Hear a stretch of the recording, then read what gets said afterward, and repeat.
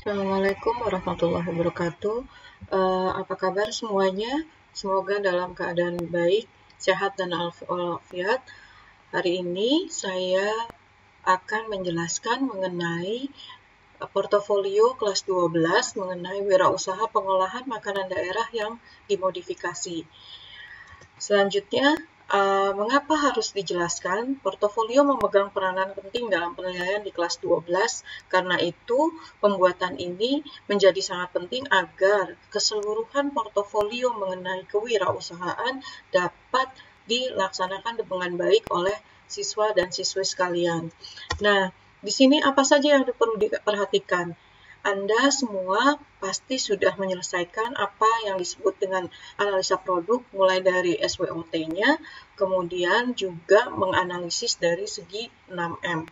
Selain itu, Anda juga telah menyelesaikan video bahan cara pengolahan alat-alat dan juga kemasan yang disertai dengan logo pada Instagram.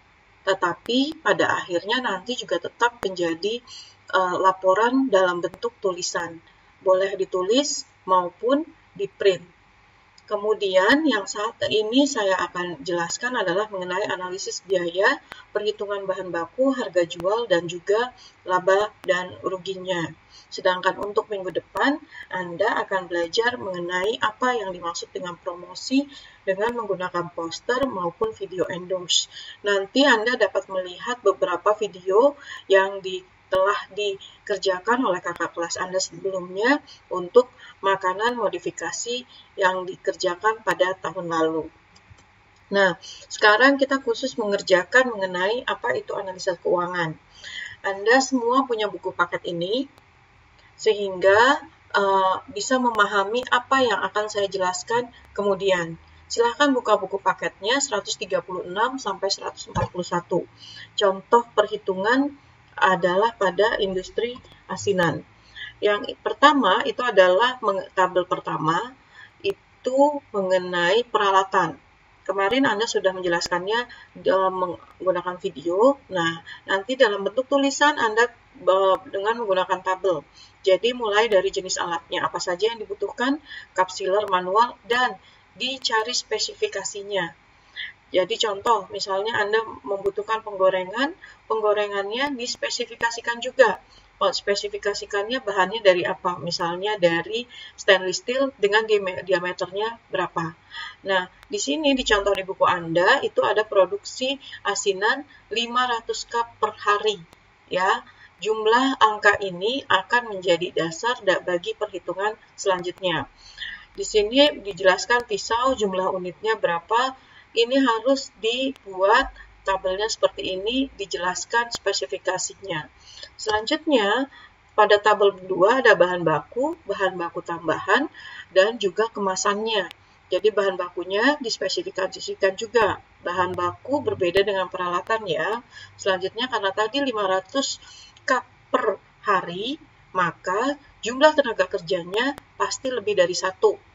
Selain untuk produksi, juga wajib untuk memperhitungkan pemasaran dan administrasi.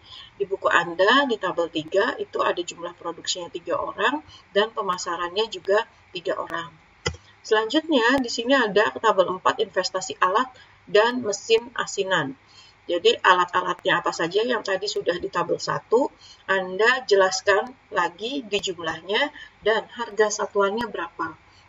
Harga satuannya contoh kapsiler manual ini 1,2 juta, karena butuhnya 1 maka menjadi 1,2 juta. Kalau pisau 5 buah dalam satuannya 20.000 sehingga 5 menjadi 100.000. Ini dalam ribuan. Nah, di total semuanya itu di sini disebutkan 5.040.000. Nah, di investasi alat dan mesin wajib juga menghitung biaya penyusutan dalam 1 bulan.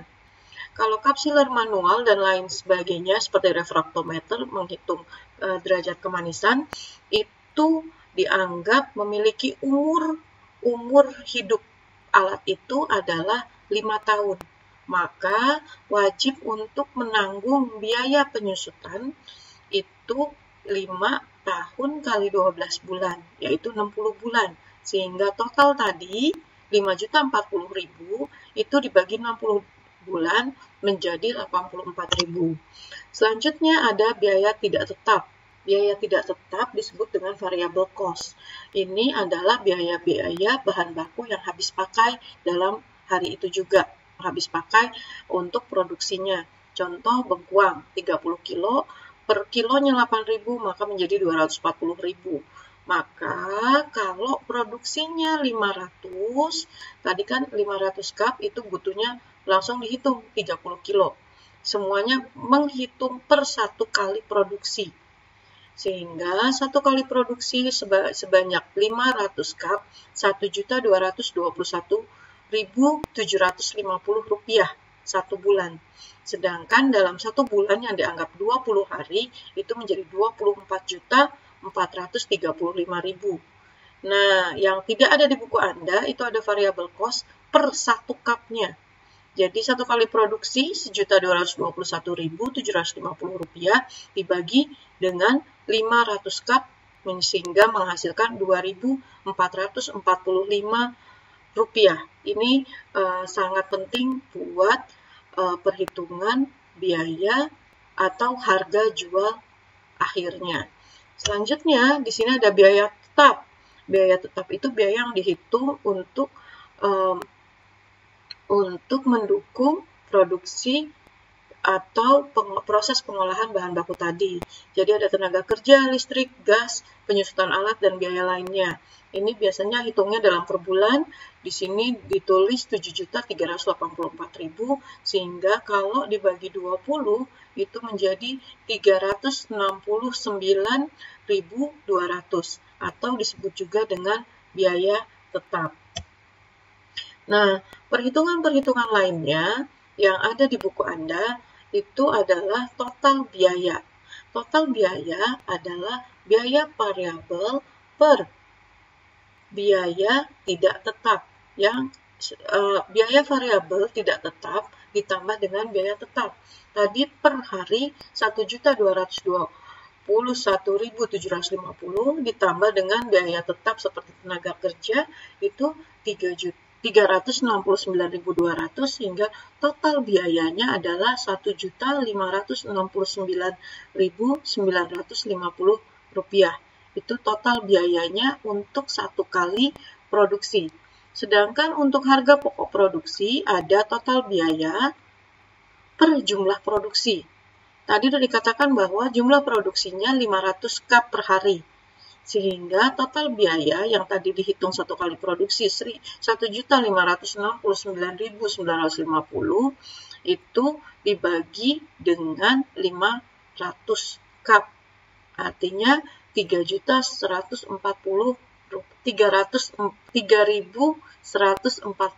rupiah. Ini satu cupnya, harga pokok produksi per satu cup. Sehingga dengan penjualan ini secara tradisional perhitungannya penjualan langsung yang mendekati aja 5.000 rupiah. Sudah, itu ada di tabel 7 di buku Anda, dia menghitung harganya 5.000 rupiah sehingga pendapatannya itu dari 500 cup dikali dengan harga jual 5.000, 2.500.000 dikurangi dengan total biayanya yaitu 1.569.950, maka per satu kali produksi 500 cup akan menghasilkan 930.000 rupiah. Itu adalah perhitungan secara kotor di mana pendapatannya hanya diperoleh dari total biaya per satu kali produksi dikurangi dari hasil yang diterima jika keseluruhannya bisa dijual tapi belum menghitung biaya promosi. Biaya promosi baru akan kita hitung atau kita pelajari di minggu depan. Ini juga belum ada biaya distribusi. distribusi masih akan dilanjutkan ke minggu depan. Selanjutnya, untuk analisa keuangan dengan lanjutan, itu ada break-even point. Saya yakin Anda sudah belajar ketika di pelajaran ekonomi. Jadi, break-even point itu adalah titik impas, di mana dia tidak untung dan tidak rugi. Nah, berapa sih yang harus diproduksi supaya dia tidak mengalami kerugian, jumlah minimal produksi agar tidak untung, tidak rugi. Nah, ini adalah rumusnya, biaya tetap dibagi dengan harga jual produk, dikurangi dengan produk. Tadi biaya produksi tetapnya 1.220.750, yang tadi beli bangkuang 30 kilo, dibagi dengan harga jualnya 5.000, harga persatuan produk, harga produksi, biaya produksinya Rp2.445, maka hasilnya adalah 477 cup. Jadi di titik 478 cup itu adalah titik BEP-nya.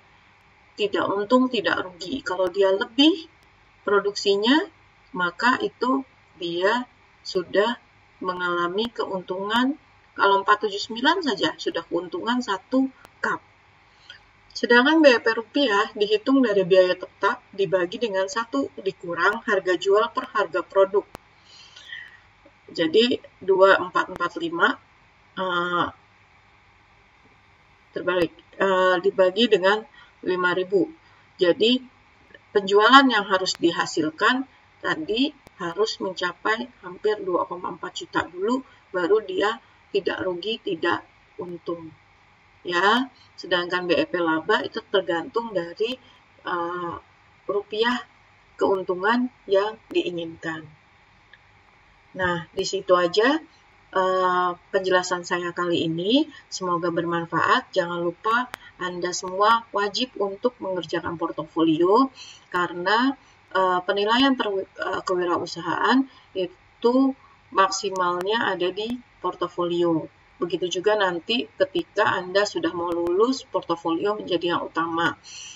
Isinya itu mulai dari awal untuk penulisan, seperti halnya proposal atau makalah yang boleh ditulis atau diketik, itu mulai dari SWOT-nya, 6M-nya, kemudian bahan-bahan, cara pengolahan, dan juga pengemasan, logo kemasan,